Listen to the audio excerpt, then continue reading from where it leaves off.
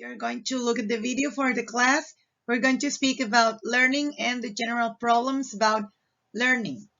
Vamos a ver un poquito de algunos de los problemas que vienen con la cuestión del aprendizaje y algunas estrategias y técnicas que usamos nosotros para esto. En esta clase vamos a tener ahí como un poquito revuelto de español y de inglés para que se fijen bien en los términos que vamos a utilizar. Estos mismos términos son los que tienen que ver con la presentación que van a hacer ustedes la próxima semana y tiene que ver con los tests que ya hicimos. De igual manera, les voy a compartir ahí en la página de Facebook un test donde tienen ustedes que checarlo de su razonamiento matemático para ver cómo les va. ¿De acuerdo? Entonces, vamos a iniciar. The first thing we're going to be speaking about is intelligence, because all the learning has to do and has to be and deal with intelligence. If you remember, intelligence is often defined as our intellectual potential or something we are born with, something that can be measured, and a capacity that is difficult to change. Generalmente es lo que nos dice, ¿no? Que la inteligencia es algo que nosotros ya nacemos con cierta cantidad de inteligencia, por así llamarlo, pero algunas teorías o algunas técnicas modernas que nosotros utilizamos nos ayudan a ver que también nosotros no es que podamos cambiar la inteligencia, pero podemos mejorar nuestras capacidades y habilidades de aprendizaje para ser más inteligentes, ¿sí? Gardner proposed that there are 8 intelligences and has suggested the possible addition of a 9 known as existentialist intelligence. Si volvemos a lo que estudiamos cuando estábamos en segundo semestre en las teorías del aprendizaje, una de las teorías del aprendizaje que nosotros vimos en ese momento fueron la teoría de las inteligencias múltiples de Gardner, que recuerden que esa ya no solo nos hablaba de que hay una sola inteligencia en sí, sino que tenemos múltiples inteligencias, y así como podemos ser buenos o tener mucha inteligencia en alguna de ellas, podemos tener algún tipo de déficit en otras. Teníamos las 8 básicas, que eran Visual Spatial Intelligence, Linguistic Verbal, Interpersonal, Intrapersonal, Logical Mathematical, Musical, Body Kinesthetic, and Naturalistic. Y esa otra que se llama Existentialist, que esa última o la 9ª inteligencia que salió mucho tiempo después nos ayuda a definir como el por qué. Toda esa parte filosófica donde uno interioriza y te preguntas el por qué de todas las cosas, ahí vendría entrando esa 9ª inteligencia de la que nos hablaba Gardner. Recuerden que Gardner también tuvo mucho que ver con la cuestión de la inteligencia emocional. La inteligencia emocional es como la habilidad o la capacidad que tenemos los seres humanos para enfrentar las situaciones que nos presenta la vida. Entonces, esta se basa de 2 que vamos a ver ahorita más adelante. The multiple intelligences, vamos a hacer un pequeño review de estas. Naturalistic, love animals, plants, nature, and understands nature. Aquí en esta naturalistic podemos ver a personas que están así súper preocupadas por el medio ambiente, que son pet lovers, que son eco-friendly y todo ese tipo. No todos somos así. Por ejemplo, mi inteligencia naturalística está al 0%. Ya saben que yo digo, las tortugas no se mueren por los popotes y cosas por el estilo. Siento que hay otros factores más allá y no es que no me preocupe por esa cuestión, pero no tengo tan desarrollada esa área de inteligencia. We also have linguistic intelligence. This speaks to us about words, language, poetry. We can speak about people who likes to write a lot, like poets, writers, authors. Also, the visual spatial is the one that has to do with shapes, designs, graphics, and visualization.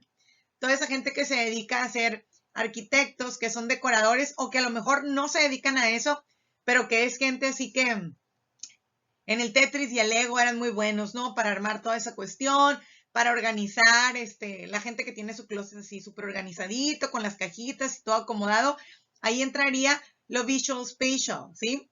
No vamos a caer en la cuestión del TOC, que la gente tiene que tener las cosas en un lugar específico, sino que aquí a las personas que desarrollan la inteligencia visual espacial, nos habla de esas personas que saben cómo acomodar las cosas de cierta manera.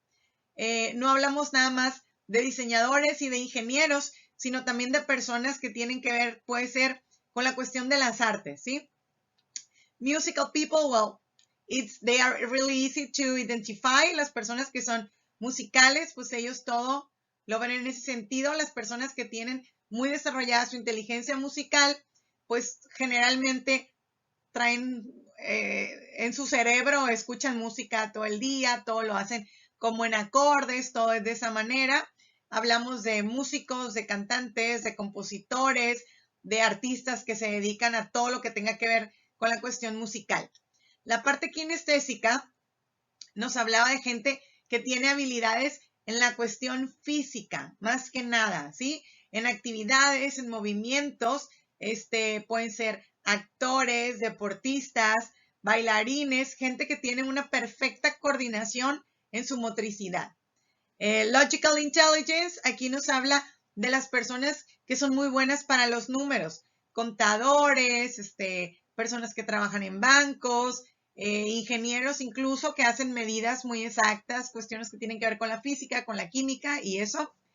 Y tenemos por último las dos áreas en las que nos vamos a enfocar ahorita, que son la intrapersonal y la interpersonal. La intrapersonal, acuérdense que es la habilidad de entenderse a uno mismo para realizarse, ¿no? Es para ir más allá. Entonces hablamos de cuestiones muy filosóficas que hablan como de interiorizar. Esta es parecida a la otra que les decía que llaman como la novena, inteligencia. Y la interpersonal nos habla de las habilidades más que nada sociales que tiene el individuo para comunicarse con los demás. Hablamos de personas que son líderes, que son personas que luchan por causas sociales, que están preocupados. Hablamos también de políticos, que no necesariamente los políticos, ya saben, tienen desarrollada la cuestión de la inteligencia interpersonal, pero es parte de sus habilidades. Vamos a tener aquí una pequeña, como un diagrama. Cuando hablamos de la inteligencia general tiene mucho que ver con el aprendizaje del individuo. Entonces, si el niño o el individuo o el ser humano ya venimos nosotros dotados con la carga de inteligencia con el X%, que les digo, esa inteligencia puede aumentar, claro que sí, con ciertas estrategias, técnicas de estudio, técnicas para mejorar la cuestión del aprendizaje, de memorización, etcétera. Pero la inteligencia general se ve afectada mucho por la cuestión intrapersonal y la interpersonal. Primero vamos a ver la interpersonal, que es la que está aquí arriba. ¿Por qué me afecta a mi inteligencia la inteligencia interpersonal de la que me habla Gardner?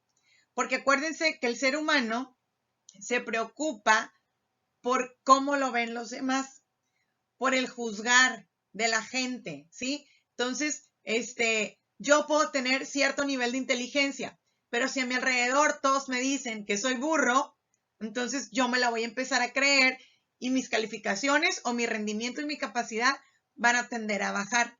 Ahora, eso va a afectar mi inteligencia intrapersonal, que es la que está ahí arriba. Entonces, la interpersonal va a hacer que la intrapersonal baje o se achique. Entonces, ¿qué es lo importante aquí? Que nosotros veamos la manera de estimular la inteligencia emocional. La inteligencia emocional le va a ayudar a aquellos niños que tienen problemas de aprendizaje a entender que ellos son capaces de hacer las cosas y a que no les importe mucho lo que diga a su alrededor, mientras ellos crean que tienen la capacidad de hacer o de realizar las cosas. Cuando el niño empieza a pensar, es que la maestra me dijo burro cabezón, entonces el niño dice, pues es que yo soy burro cabezón porque el maestro me dijo que yo soy burro cabezón, entonces nunca voy a poder aprender. Y si él tenía su inteligencia general en el 80%, pues ya bajó al 70%, ¿verdad?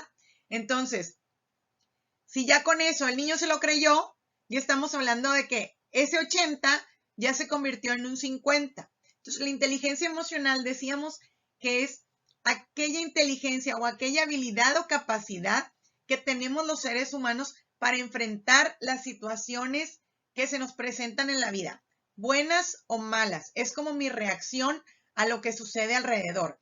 Entonces, nosotros como docentes tenemos que trabajar en esa área de la motivación y de mejorar la inteligencia emocional de nuestros alumnos para que ellos vean que pueden lograr los objetivos trazados de la materia o de la clase o del semestre.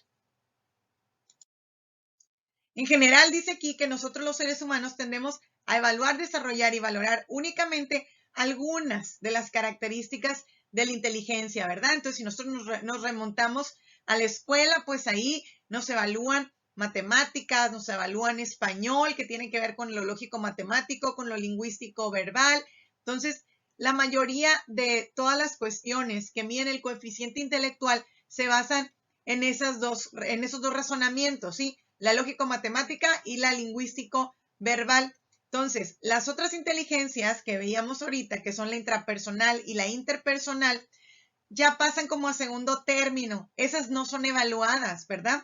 En la escuela nadie nos enseña inteligencia emocional, nadie nos enseña cómo vamos a enfrentar problemas, cómo vamos a lidiar con la vida real, incluso ni siquiera con los problemas reales que vamos a tener cuando lleguemos al campo laboral. Entonces, como por cultura general, vamos creyendo que todas esas cuestiones se van a fortalecer y educar dentro del núcleo familiar, cuando muchas veces el núcleo familiar está muy desgastado y el ámbito escolar es como la puerta de salida de muchos estudiantes para olvidarse de muchos de los problemas que traen, ¿sí? Entonces, ese es un detalle que nosotros tenemos que estar bien pendientes de no dejarlo de lado, ¿sí? Entonces, esas inteligencias, incluida la emocional, nos ayudan a ver cómo se va a adaptar la persona de una manera eficaz a las situaciones que se le presenten a lo largo de la vida, pues, desde que el niño no supo cuánto era 2 más 2 y creyó que era 2 por 2, y aunque la misma respuesta sea 4, lo vamos a estar confundiendo, ¿sí? Hay varios tipos de inteligencia, como los que veíamos ahorita, y entonces decíamos que la intrapersonal es el conocimiento de los aspectos internos de una persona. El conocer yo, mis emociones, mis sentimientos, de poder discriminar, soy feliz, estoy triste, estoy a gusto, estoy emocionado, estoy aburrido. Las personas que tienen algún tipo de deficiencia en la inteligencia intrapersonal no son capaces de ubicar los sentimientos. Esto nos pasa también con los niños que tienen cuestiones como la hiperactividad. Los niños que son muy hiperactivos, como que no diferencian bien entre sentimientos y entre emociones. Como ellos siempre están así eufóricos, ellos creen que todo es euforia total. Y la interpersonal nos habla de la capacidad para sentir distinciones entre los demás. O sea, la intrapersonal es yo saber si yo estoy triste, si yo estoy enojado. La interpersonal es que yo pueda distinguir que alguien está triste o que alguien está enojado, ¿ok? Esa es la diferencia entre una y otra. También la inteligencia emocional, que decíamos que es la que va de la mano, es la capacidad o talento que nos va a llevar a tener éxito en la vida, en su casa, en el trabajo, en la escuela, y que debería de ser mucho más alta y mucho más evaluada y valorada que lo que viene siendo la inteligencia general o el IQ. Está demostrado que está relacionada con muchas conductas adaptativas y beneficiosas para la calidad y la satisfacción de todos los individuos, empezando por el rendimiento académico, el ajuste emocional, la salud física, la salud mental y otro tipo de cuestiones y actividades que nosotros hacemos en la vida diaria que nos ayudan a adaptarnos a todas estas situaciones. Vamos a checar aquí unas características emocionales asociadas a los trastornos de inicio en la infancia relacionados con los acneaes. Los acneaes o un acneae son los alumnos con necesidades específicas de apoyo educativo. Estos alumnos pueden tener muchas características o hay muchos focos rojos que nos van a llevar a nosotros identificar que tenemos algún acneae en nuestra aula, como el déficit en habilidades sociales. Pues ya habíamos visto que no tienen empatía, o sea, no saben entender, ponerse en los zapatos de los otros, tienen dificultades en la expresión facial. ¿Estás feliz? Y así, ¿no? La cara. Sí, sí estoy feliz.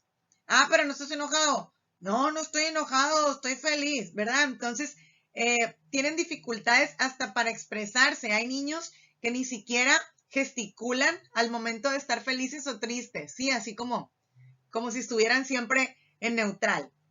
Son niños insensibles, apáticos, pueden caer en cuestiones de agresividad, son irritables, tienen mucho coraje, resentimiento, son muy negativos, tienen baja autoestima, puede incluir entre sus padecimientos tristeza, angustia, se sienten como víctimas, siempre están como indefensos, yo pobrecito de mí, todos me culpan, todos me lastiman, todos me hacen bullying.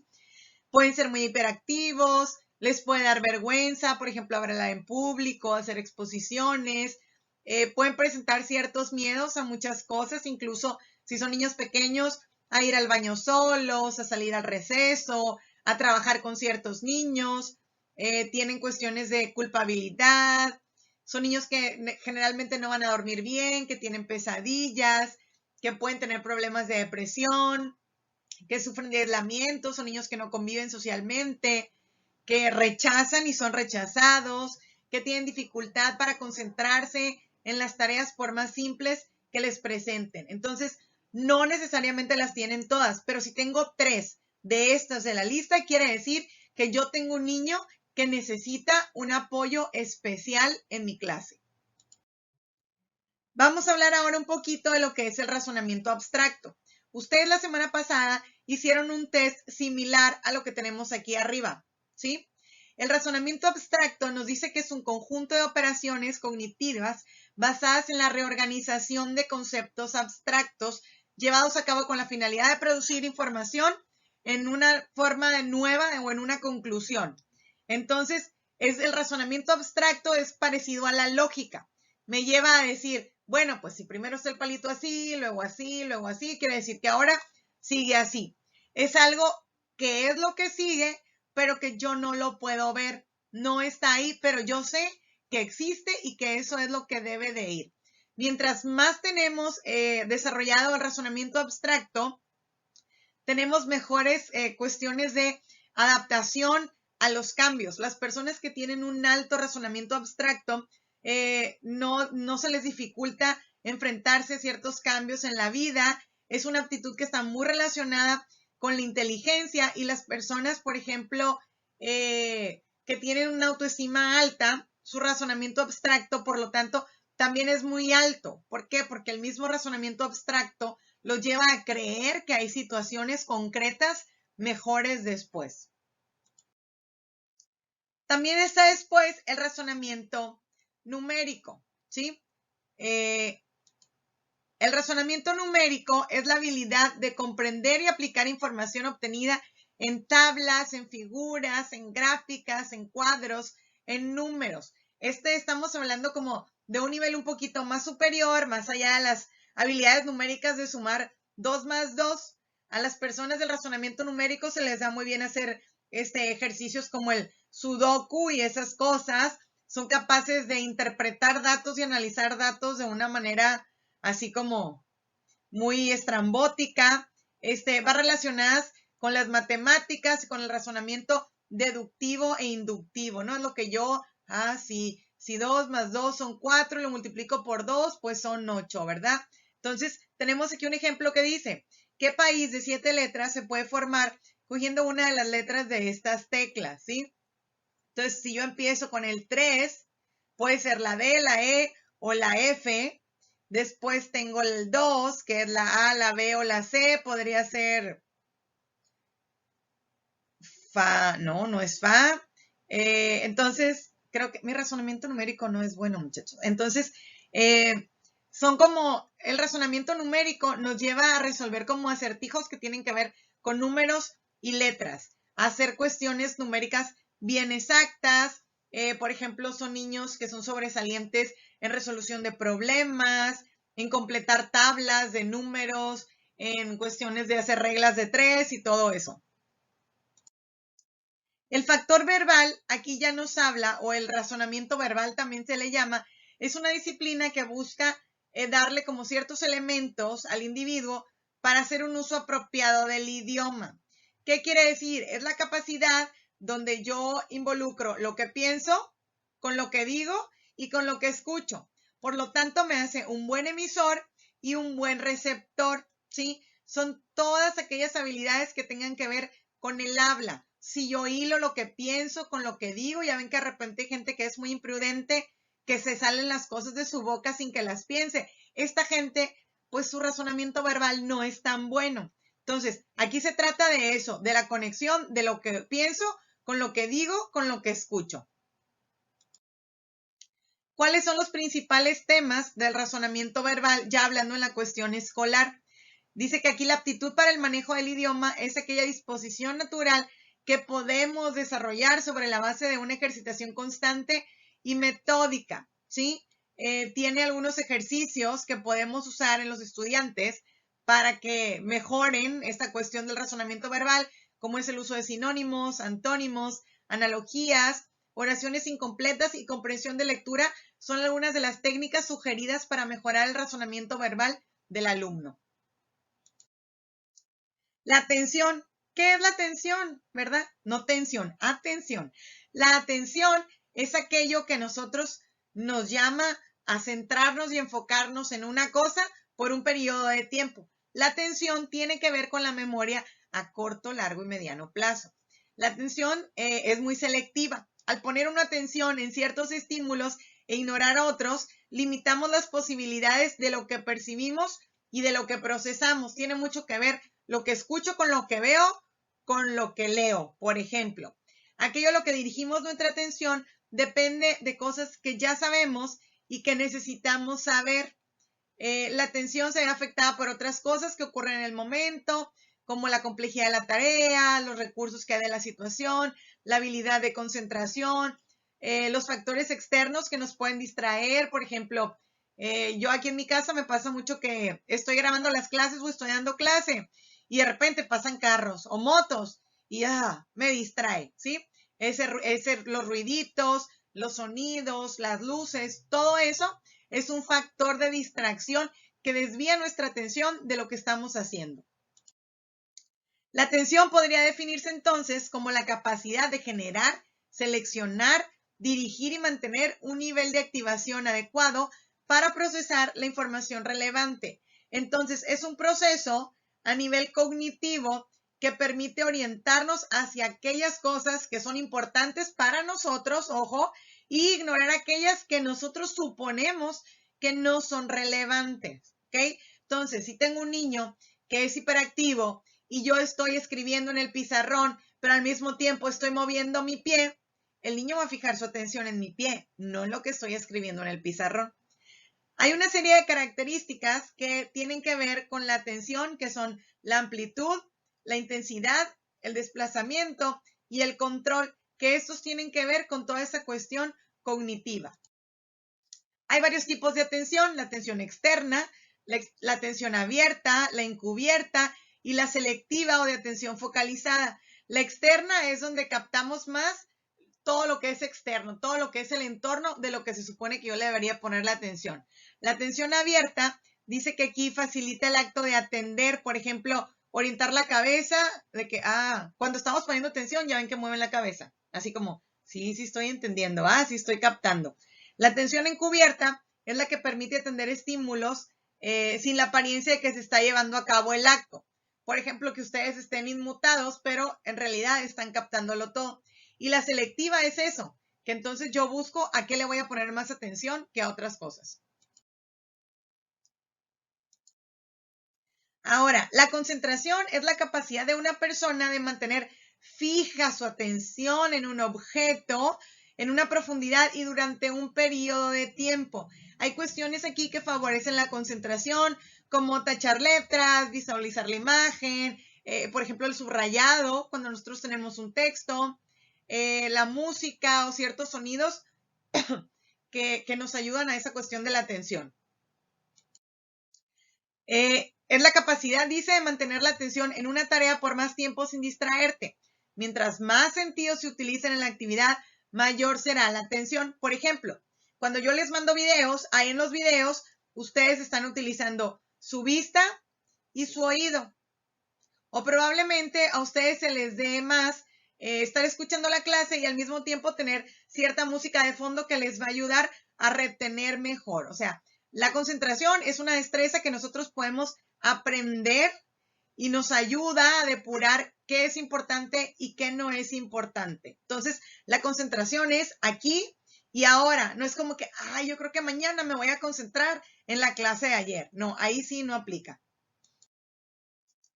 Dice aquí que sin concentración es prácticamente imposible el aprender algo. Por lo tanto, la concentración es una cuestión que es muy importante para que se dé el aprendizaje.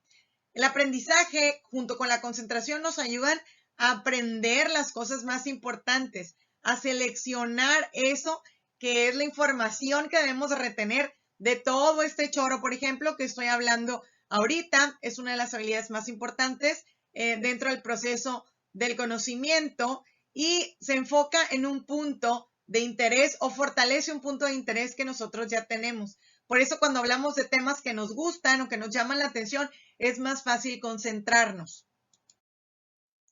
Después tenemos la memorización. Acuérdense cuando estábamos en la escuela y que nos dejaban una lista de los verbos irregulares, por ejemplo, y en mi caso yo me acuerdo que nos los macheteábamos. Entonces, machetear, eso es memorizar. Es la actividad que consiste en fijar y retener en la mente los conocimientos que queremos aprender para recordarlos cuando sea necesario. Pero, ¿qué pasa con la memorización? Que si yo me macheteé las letras A, B, C, D, E, F, G, ay, se me olvidó la que sigue. Ay, si se me olvidó esa, pues también se me olvidaron todas las demás. Cuando hablamos de memorización, si no seguimos el orden de la memorización, es muy fácil que nosotros no retengamos la información completa o que la retengamos hasta cierto punto. Hay muy pocas cosas en la vida real que nos tengamos que aprender de memoria. Pero eso sí, las canciones, pues no las aprendemos de memoria, ¿verdad? Ahí está la canción de Maluma Baby y a los 2 días ya me la aprendí de memoria, pero la lista de los verbos irregulares que le deja uno a los alumnos, pasan 5 años y no se los aprendieron, ¿verdad? Entonces, hay estrategias de memorización que nos sirven para las clases. Por ejemplo, yo en mis clases, cuando estamos viendo la cuestión de los verbos irregulares, utilizo una canción. O sea, tiene musiquita de fondo y ya se los van aprendiendo así. Y me ha tocado ver alumnos que traen los audífonos y los oigo cantando la cancioncita. ¿Por qué? Porque eso les va a ayudar. El desafío que tenemos nosotros como maestros es evitar la memorización. O sea, que los alumnos aprendan y entiendan la información y no únicamente que la memoricen. Porque los estudiantes creen a veces que si yo me macheteé algo, quiere decir que ya me lo aprendí. Y una cosa no tiene nada que ver con la otra. Hay diversas formas de memorización. Uno se llama el efecto posición serial, que es, por ejemplo, cuando tenemos una lista y nos queremos aprender todo. Entonces, generalmente te aprendes lo primero y lo último. Y la parte de en medio, el sándwich de la lista, se te olvidó. Entonces, aquí hay el aprendizaje por partes, que es más recomendado, es que te vayas aprendiendo de 10 en 10. ¿Sí? Si son 100, pues de 10 en 10 y así voy siguiendo. La práctica distribuida, esta nos habla de estudiar durante periodos breves, ¿sí? No, por ejemplo, si tengo que estudiar toda esta lista que tengo aquí de 20 hojas, pues voy a estudiar una hoja y luego voy a descansar un ratito y luego otra vez. Y hay otros alumnos que requieren algo que se llama la práctica masiva. La práctica masiva es aquel alumno que se quiere comer todo el cuaderno una noche antes del examen sin parar, lo cual es muy enfadoso y es muy desgastante y causa como una sobrecarga cognitiva. ¿Y qué pasa? Que el otro día el alumno ya no sabe ni qué y soñó y tuvo pesadillas con lo que estaba estudiando. Hay otra cuestión que se llama resumen de contenidos. El resumen de contenidos no es nada más que un resumen. También se habla resumen de contenidos cuando nos dan así como los temas que se van a tratar. Por ejemplo, en un curso, el resumen de contenidos serían todos los temas que se van a ver en el curso. pero un resumen también es un escrito que sintetiza la parte más importante para que yo aprenda lo que yo supongo que es más importante de un texto. Yo creo que eso ya los conocen muy bien. Hay varios tipos de resumen, como el informativo, el descriptivo y el de información. El informativo sintetiza y brinda una visión así como general. El descriptivo es un resumen como más profundo de todo.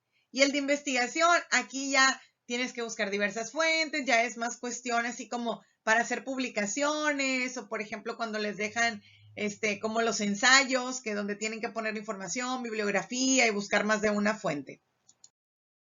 También tenemos la sinopsis y la reseña. La sinopsis es como la perspectiva general de algo, ¿sí? Y la reseña es como resume el contenido, pero la reseña es personal, es como tipo un ensayito. Y aquí les dejo una tabla de bibliografías. Les voy a compartir también el PowerPoint sin el audio de este video. Recuerden que la próxima semana vamos a tener presentaciones cortas de sus exposiciones, que creo que son 3 equipos los que tengo. Vamos a tratar de verlos en una sola clase. Y ahora sí, prometo mandarles las adecuaciones que le vamos a hacer a lo que nos queda para ver durante este mes. Entonces, el video está un poquito largo. Ya saben que les dije que lo que nos queda de información es un poquito pesado y tedioso. Y les voy a dejar también el link aquí en la página para que ustedes hagan su test de razonamiento lógico, matemático y abstracto. Nos vemos la próxima semana.